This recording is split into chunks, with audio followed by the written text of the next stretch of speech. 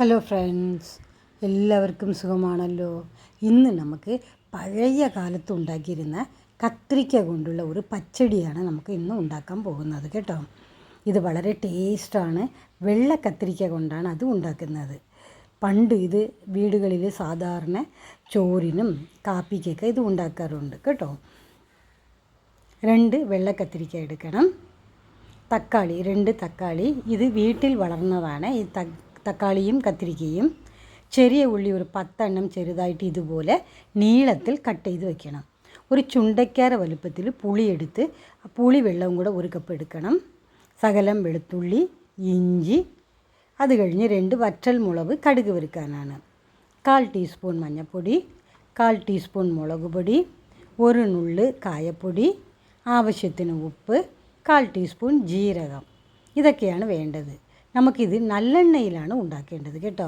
നല്ലെണ്ണയിൽ ഉണ്ടാക്കിയാലേ ഇതിന് ടേസ്റ്റ് കൂടത്തുള്ളൂ. കത്തിരിക്ക ചെറുതായിട്ട് ഇതുപോലെ കട്ട് ചെയ്തെടുക്കണം. തക്കാളിയും അതുപോലെ തന്നെ നമുക്ക് കട്ട് ചെയ്തെടുക്കാം കേട്ടോ. 2 പച്ചമുളക് കൂടെ നമുക്ക് കട്ട് ചെയ്തെടുക്കാം. പണ്ടൊക്കെ കത്തിരിക്കയൊക്കെ കട്ട് ചെയ്തിട്ട് വെള്ളത്തിലിടും, കളർ മാറാതിരിക്കാൻ വേണ്ടിയിട്ടാണ്. ഇപ്പോൾ ഇത് നമ്മൾ പെട്ടെന്ന് ഉണ്ടാക്കാൻ പോകുന്നതുകൊണ്ട് ഞാൻ വെള്ളത്തിലൊന്നും ഇട്ടില്ല.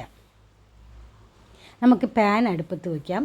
ഒരു 3 സ്പൂൺ നല്ലെണ്ണ ഒഴിക്കണം കേട്ടോ. അതിലേക്ക് ചെറിയ ഉള്ളി ഇടണം. ചെറിയ ഉള്ളി ഇട്ട് നന്നായിട്ട് അതിനെ വഴറ്റണം. ഇതിലേക്ക് ഇഞ്ചിയും വെളുത്തുള്ളിയും ചതച്ചത് ഇടണം. മുഴുവനായിട്ടും ഇടാം. അത് കഴിഞ്ഞ് പച്ചമുളകും തക്കാളിയും കൂടെ നമുക്ക് ചേർത്ത് വഴറ്റണം.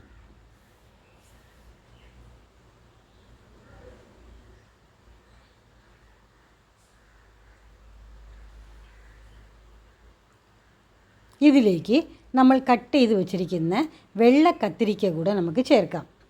അതുകൂടെ ചേർത്ത് ഇതിനെ നമുക്ക് നന്നായിട്ട് വഴറ്റാം. നന്നായിട്ട് എല്ലാം കൂടെ വഴണ്ട് വന്ന് ഇനി നമുക്ക് മല്ലിപ്പൊടി, മഞ്ഞൾപ്പൊടിയാണ് ആദ്യം ചേർക്കേണ്ടത്. അത് കഴിഞ്ഞിട്ട് മുളക് പൊടി ചേർക്കണം, കായപ്പൊടി, ജീരകപ്പൊടി, ഉപ്പ്, ആവശ്യത്തിനുള്ള ഉപ്പ്, ഇതെല്ലാം കൂടെ ചേർത്ത് ഒന്ന് നന്നായിട്ട് നമുക്കിതിനെ വഴറ്റാം.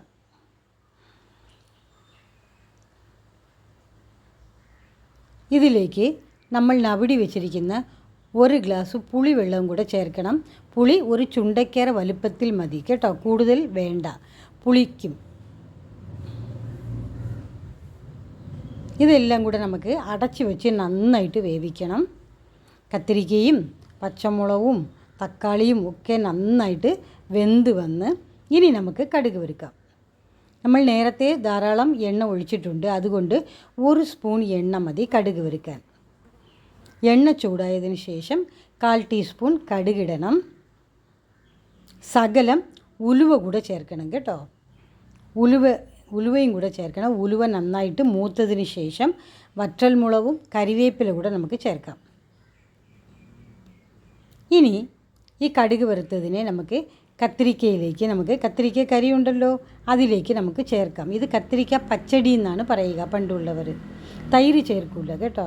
ഇത് വളരെ ടേസ്റ്റിയായ ഒരു കറിയാണ്. ഇത് എല്ലാവരും ഇത് ഉണ്ടാക്കി നോക്കണം. എന്നിട്ട് ഫീഡ്ബാക്ക് കൂടെ അറിയിക്കണം കേട്ടോ. ഈ വീഡിയോ ഇഷ്ടപ്പെടുകയാണെങ്കിൽ ലൈക്ക് ചെയ്യുക, ഷെയർ ചെയ്യുക, സബ്സ്ക്രൈബ് ചെയ്യുക. Thanks for watching.